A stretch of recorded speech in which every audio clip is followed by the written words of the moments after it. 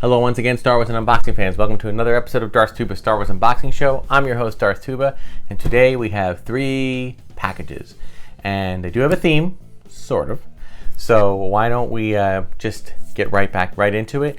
Thanks to all who've been watching and leaving comments. I'm noticing the subscribers amount going up a little bit. I think I've gained about 100 subscribers in the past year, which I know that for some people that's a drop in the bucket, and I'm okay with that. I'm not doing this for subscribers. I'm just trying to get the word out to anybody who is interested in this kind of thing. And I know that there are a lot of people out there that collect Star Wars who just enjoy unboxings of any sort. So that's what this is for. A couple of things, the only things was not much in the news this week, because last week was all about Galaxy's Edge, and that's open and running. Of course, there's a hurricane now blowing through there as at the moment of this recording. So, but it isn't really blowing through it. It's kind of off to the side, about 100 miles offshore. So they're just getting a pretty stiff breeze right now, and hopefully that's all that'll happen. Thoughts and prayers, and hopefully action goes out to help those in the Bahamas that were hit. We're just devastated by a hurricane standing still. That's just crazy. So, hopefully everybody out there is, getting the help that they need.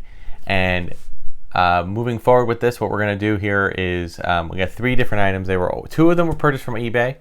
And I will say this, eBay is one of my go-to places. Gosh, I got to tell you, I wish eBay existed back about 30, 40 years ago, because, when things...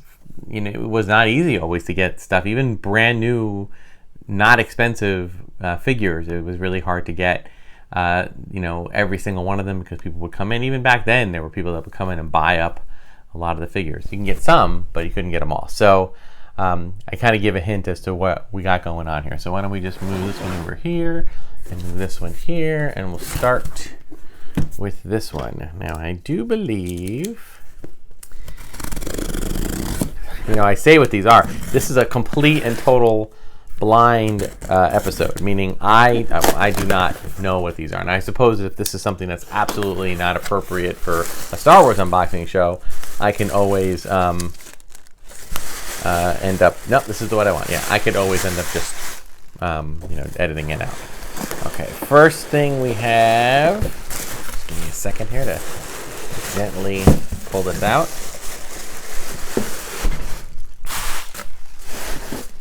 Okay, so our first thing, and I'll try to make sure that the reflection doesn't get on it. This is a Return of the Jedi vintage carded Nikto action figure. It included a Star Wars free coin with proof of purchase. It is, actually, now that I think about it, I don't know how true that coin thing is. I gotta look at the year. Oh, 1985... 1983. Yeah, that sticker is not correct. So that was actually, I would call it, but honestly, that is part of the reason why I collect these figures like this. Now, this is a vintage figure, okay? This is not a vintage collection figure, which is what has been coming out more recently, or the retro figures that have come out that look like the original figures, on original Star Wars packaging. Now you can tell with this that it is Return of the Jedi. You can tell that it has, what they call the racing stripe around. Okay, the Star Wars at the top, Return of the Jedi underneath. Okay, and this is the character of Nikto. Now I'm not sure about the sticker. The sticker to me seems a little odd, but yeah, it looks like someone tried to peel it off, but it didn't work. The sticker, first of all, the coins, they did not come out until the Power of the Force line, and this might have been an extra type of coin that you do. So in a way, I'm kind of glad the sticker's on here, because I appreciate the the artifact of the sticker itself, and I'm good with that. Now, I will talk about this a little bit. One of the ways that I try to purchase figures that are vintage carded figures is to purchase less than perfect grading. Okay, less than, anywhere. If you would imagine that, there would be perfect, there would be excellent, there would be good. I aim for the fair or low good to high fair. I would constitute that a poor figure in a card would be the card that's completely ripped apart. Okay, so I wouldn't go that far, but I would try to get a fair to a good card. Now, if you look at this, it's actually, aside from that sticker, the card is in decent shape. It's got the back on it. You know, the proof of purchase is still there. Obviously, it's what they call punched, meaning these cards had the little hanging peg part punched in, and when you get mailed to a retailer, they would just punch it out with their thumb and then hang a card, or just poke it through. The bubble is a little yellow. Okay, it has a little bit of bend on it. Okay, but this is how I collect them. Why do I do that? This is really simple, folks. I own all the original, a set of original loose Star Wars figures. I already own a set. I'm trying to very slowly amass a set of carded Star Wars action figures. Okay, and I've done, if you go back in some of my old videos, you'll see that I've done a kind of a walkthrough in a few walkthrough videos of my collection. I've done a shelf talk dealing with specifically the Star Wars vintage carded collection that I have. I've amassed roughly around 35-40 figures. I'm not looking to get every single figure on every single card. I'm simply looking to get an example of each figure, or as many figures as I can, on a card. It could be a Star Wars card, it could be an Empire card, because if you remember, some of the figures like Luke Skywalker from Tatooine, or Princess Leia from A New Hope, or Han Solo from A New Hope, they were often released on later cards. You might find them on an Empire card, you might find them on a Jedi card. Most of the time, people are looking for them on the original card. I don't really care. So, but anyway, getting back to the figure. The figure itself is fine. Comes with its weapon. Okay, it's decent. Okay, but again, I'm just trying to amass a carded collection, even if it's damaged. Fair to good condition, simply because it is a far less expensive way to do it. If you go on eBay, and speaking of that, I'm gonna digress for a minute. When you go on eBay, okay, if you're looking for how much something is worth, don't look for what people are asking for as a price for anything. What you need to do is go into the search engine or the search filter within eBay, or the settings. I forget, it changes up each every so often, and look for completed listings. So type in something very specific that you're looking for, then change it to filter in the completed listings only, and then you'll see if any of them sold, and if so, for how much. Okay, you get an understanding of what people are willing to pay, because that's what I've been saying. How much is something worth? It's worth whatever you as a collector is willing to pay for it. So make sure you do that, particularly on eBay. Now, there's other auction sites that are out there, and there's some that are even more geared towards Star Wars collecting and whatnot. But right now, I still feel that eBay, they kind of are the big dog on campus, so to speak. So I would watch their sites for stuff.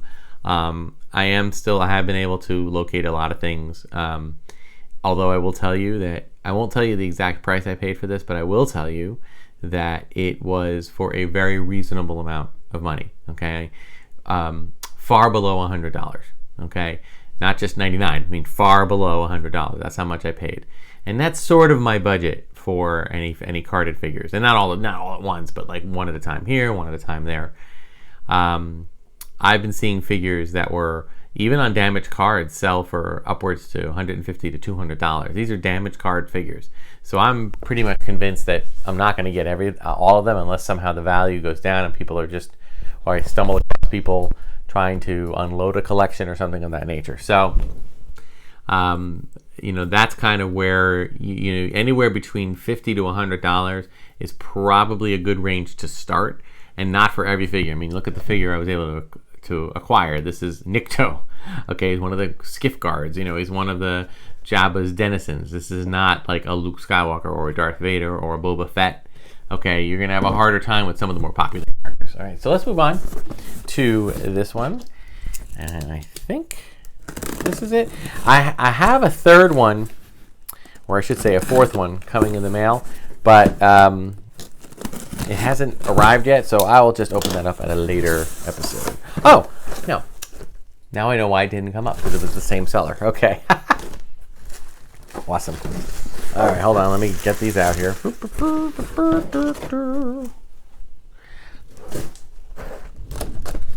Oh, this is interesting. Okay.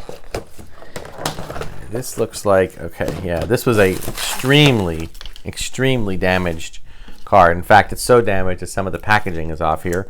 But, again, something I just wanted to Yeah, I mean, I knew about this and the cost of it. In fact, you know what I'm going to do? I'm actually going to put it back in. Okay, this one is a little bit more unusual, and I'll explain why. Yeah, I'm sorry. I might have to figure out a way to let that stay in there. This is an Anakin Skywalker figure from the Tri-Logo Return of the Jedi cards. Now, Tri-Logo cards were available, and I'll get some close-ups of these. Tri-Logo cards were not available in the United States. Typically, they were available in places like Canada, places like Europe, and I do believe that the Anakin Skywalker action figure was only available as a mail-away, or at least at first as a mail-away in the United States before it went on the Power of the Force card with a coin. Okay, this is a Tri-Logo card, and it didn't come with any weapons, so that's correct. And I've always liked this figure. I always liked the Anakin, particularly with the new prequels and then the newer movies. I just feel like this figure has more weight to it now, and I liked it so much I was willing to buy it on a very damaged bubble. The card itself is in pretty good shape. The card itself, aside from the tear of the bubble, is pretty nice on the front and back. Okay. This has 79 figures listed. So basically, the next round of figures that came out would be the Power of the Force line. So I do already, as I said, I already have this figure loose, and I guess this kind of is loose, but I just enjoyed, and I wanted to have this figure, and I kind of looked at it, and the eBay seller, kudos to the eBay seller, they were very good to make sure that the figure was represented correctly, the box, the packaging, it was all represented correctly. I never felt cheated in any way, okay? But I did like this. And you can find this, and I'll tell you, folks, I gotta fix this. You are dealing with what is going to become a common thread when it comes to action figures, and carded action figures. Remember, folks, these figures were not meant to be left in the box. They were meant to be opened up, box thrown away, and played with. So, yeah. All right. So, no one really had any understanding or inclination of having a toy last forever. That's why I'm happy that all these figures that I purchased came in these great star cases, which are great ways to, display them. They do take up a little more room. Okay. It's, as you can see, it's a little bit more kind of square inch space here, but that's all right. So, very excited about that. I am actually pleased to be getting that figure. I'm sorry that the bubble is so damaged, but again, honestly, it could very well happen to all my figures, even with a star case protector. Okay. Before we get to, actually, I want to do one more, and then I want to talk about something else. All right, now we have our next one is Lobot, and this is in an Empire Strikes Back card, so it's going back a little ways. Okay, can't believe it's basically 40 years old, which is crazy to me. This one, well, about 40, probably 38 years old. This one includes, and this sticker is correct, it's the free Revenge of the Jedi action figure, a character from Revenge of the Jedi, Admiral Ackbar, one of my favorite characters in the entire Star Wars saga, aside from one of my favorite ancillary characters. Dressed up for him as Halloween. I love the mask. I just love the character. I just thought it was great. And, it was the closest thing we got to for a Star Wars. Other than Chewbacca and Yoda, it was like the closest alien main character we got. So I was always a fan of the Admiral. Sorry to see that he, spoiler alert, did not survive The Last Jedi. And if I can offer one complaint, and it's a minor complaint, I still love The Last Jedi. I love what they did with the Luke character. I love what they did with Leia. I loved all of it, except, why couldn't it have been Admiral Ackbar that sacrificed himself at the, instead of Admiral Holdo? Okay, I just want to know that. The only answer I have in real world answer, not in universe, the real world answer is I do believe that while they do a great job with that puppet, they do a great job. Tim Rose brought him back for it. Fantastic job, amazing job. I do feel that I don't know if it would have the emotional weight of that character doing what Admiral Holdo had to do, because he didn't have as much emotion in his face.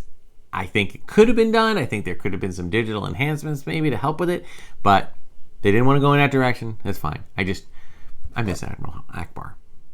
I do. what can I say? Anyway, so back to Lobot though. Lobot is a great character. Lando's major domo, little assistant, kind of a cyborg. He's got those things around his head. And if you ever want to watch some great stuff, there's some great deleted scenes from Empire Strikes Back that has a lot of the actor playing Lobot kind of running around doing a lot of sneaking around behind the scenes, and I think getting captured and even maybe getting killed. I'm not sure. So it was an interesting thing that they cut out. But before I go on to our next figure here, two things, or one thing really, I want to quickly go over. And that is that one big piece of news that happened in the last week or two is Hasbro announced that I think by the year 2022, I believe, they plan on phasing out all plastics in their packaging. Now, the reason they said, look, we understand we make plastic toys. We use plastic to make all of our toys to be played with. But many people keep those toys. The most people keep them, collect them, hold on to them. But the package is complete and total waste packaging. You take the package and for the most part, you tear it open and you throw it in the garbage. Okay? And that plastic, especially the plastics that goes with it, like the bubble packaging, is really not very good for the environment. Now, I am really at mixed feelings about this. I'm actually really mixed. Like I go like back and forth. I ping pong back and forth. I'm a total person who believes in climate change and believes that we need to do better and reduce our carbon footprint. We need to reduce our trash, our waste, all of that. Okay, I do understand that. I do the best I can as an individual, and I try to support those that do it on a more larger corporate level. And for Hasbro to take this initiative, I wish them well. I applaud them. Then I ping pong the other way. How are my Star Wars figures going to be displayed? How are they going to be purchased? Are they going to be? What's going to happen? It's such an unknown. Is it going to be in a box? I mean, is it going to be? Do they have some other kind of thing? Is it going to be in something that you can still see through? Is there some other kind of thing? I mean, I can't get past like paper, cardboard. What else do you have? So that's a little disappointing. But then again, I ping pong back. I say, what kind of channel? I don't usually keep things in the box, vintage stuff sometimes, notwithstanding. So maybe it wouldn't matter to me. Maybe I'll take stuff out of the box, but I'll keep one or two of the boxes for posterity. Who knows? So whatever they decide to do, I'm sure they got some great designers working on it now, so I'm sure it'll be great. Okay, and then lastly, this has been actually making the rounds over the last few weeks. This is something I have from the Fans Strike Back, or some people call it Smith Lord Creations. And this I am probably more excited about than anything else. We have the infamous blue Snaggletooth. Blue Snaggletooth. Now, little history lesson. Okay, I've gone over this in the past, but here it is again. So the blue Snaggletooth is a very infamous character.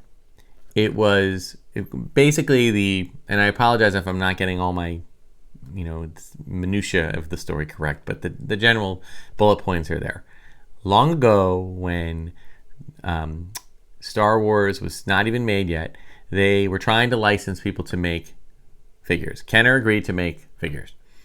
And the way they made a lot of the figures was that Lucasfilm would send them photos, often black and white photos of characters, and make basically headshots, kind of like the kind of things that you would do like for costume fittings and things like that. Not meant to be, something done for a portrait or anything. So Kenner got this basically headshot from here up of this character, Snaggletooth. They had no idea what the rest of this character was like. I think they might have only gotten the head. So what did they do? Well, they did what they did in a lot of the cases of the figures. They kind of made it up. They made up a body. They gave him a blue jumpsuit. They gave him fancy 70s silver boots.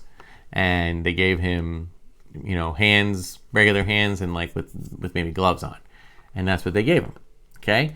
Now, they did the same thing with a lot of the figures. But when you fast forward to when the movie starts, you see this character, and he is not a full-size character. He is short. He is played by a little person. kind of goes up to the bar and grabs his drink. He's dressed in purple or burgundy, and he has fur feet and fur hands. Like, you know, they could almost have not, if they tried to design it as absolutely wrong as they could, minus the head, they succeeded. So I don't know whether this was something that was figured out before the movie came out or just after the movie came out or what have you. But this figure was relegated to a Sears 4-pack kind of cardboard cutout, the Cantina Adventure set that came with other figures like Greedo and whatnot. And then this is one of those figures. So this has become a highly sought after figure. Okay. I was able to find it loose years ago, and I have it in my collection. But thank you to the Fan Strike Back and to Smith Lord Creations, they have actually created a repro figure on an original Star Wars style card. Now that to me was very interesting. This was never released, never came out like this. It was part of a set of 4 figures in a box. That's a Cantina Adventure set. Okay, so this gentleman put together this amazing card. The card stock is amazing.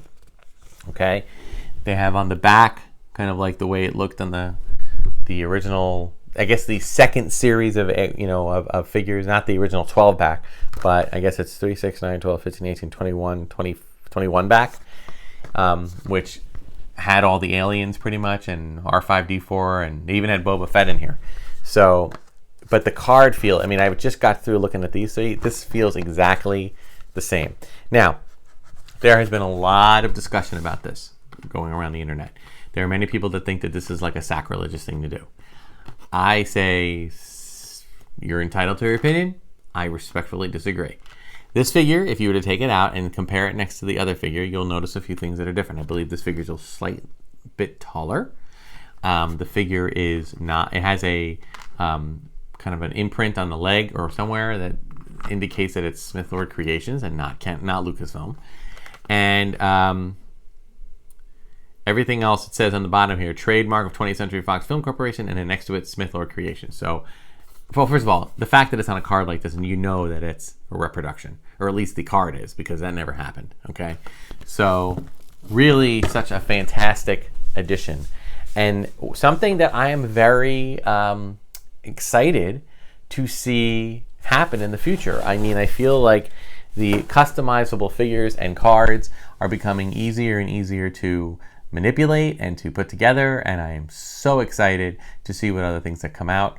There are other things that they have. They have a Han Solo with like an originally, they came out in the Power of the Force line, they came out with a Power of the Force Luke Skywalker with the Stormtrooper gear and a removable helmet with a coin. Smith Lord Creations has also done a Han Solo figure with Power of the Force card and a coin. They even replicated the coin. So that's really exciting, and I might consider adding some of those to my vintage collection with the understanding that they are reproductions. As far as everything else is concerned, there's also a Bantha action figure, a Bantha vehicle or creature playset, creature that they're trying to kind of get people to purchase. It's a little pricey. I do appreciate the cost for it. I think it's close to $200. It's over $200 with shipping. I appreciate the effort that went into it, but $200 is just a little much for me. I think this was about $50, so it was a much more reasonable price. So the figures I find you can get them loose, you can get them carded. I chose carded because I loved what they did with this. I thought it was absolutely phenomenal. So kudos to Smith Lord Creations.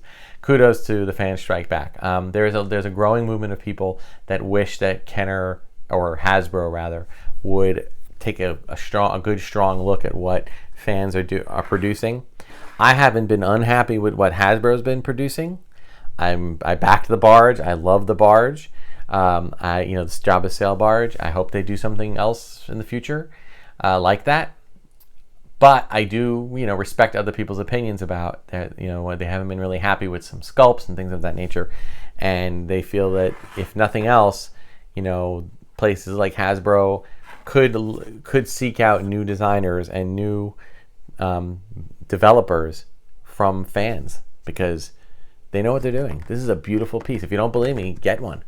All right, just see for yourself. It's really fantastic. So, I went on a little bit about these figures today, but that will do it for this week's episode of Darth Tuba Star Wars Unboxing Show. Thank you so much for watching. Be sure to like, subscribe, hit the notification button. Let other people know about the channel. Leave some comments.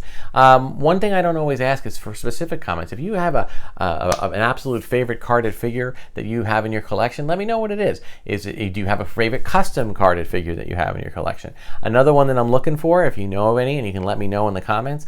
One of my favorite ancillary, or I should say my favorite ancillary, one of my favorite, we already established that Admiral Ackbar is one of my favorite, but one of my favorites from Aliens is the Cantina Band and the Cantina Band member, and I would love to find a vintage style, custom made Cantina Band member on a Star Wars card as a reproduction. I know there's been some of that over the years. If anybody knows of anybody that's currently got one available, I would love to add that to the collection, just because being a musician, Darth Tuba, hello, I feel like having a Cantina musician in a card would be a really great thing to add. So let me know in the comments, all right? Let me know other things that you think. If there's other things you'd like me to unbox, anything you've been thinking about, please leave comments so I know. I usually I don't get a ton of comments, so I usually answer every single one, or at least give you a thumbs up if it's just a comment.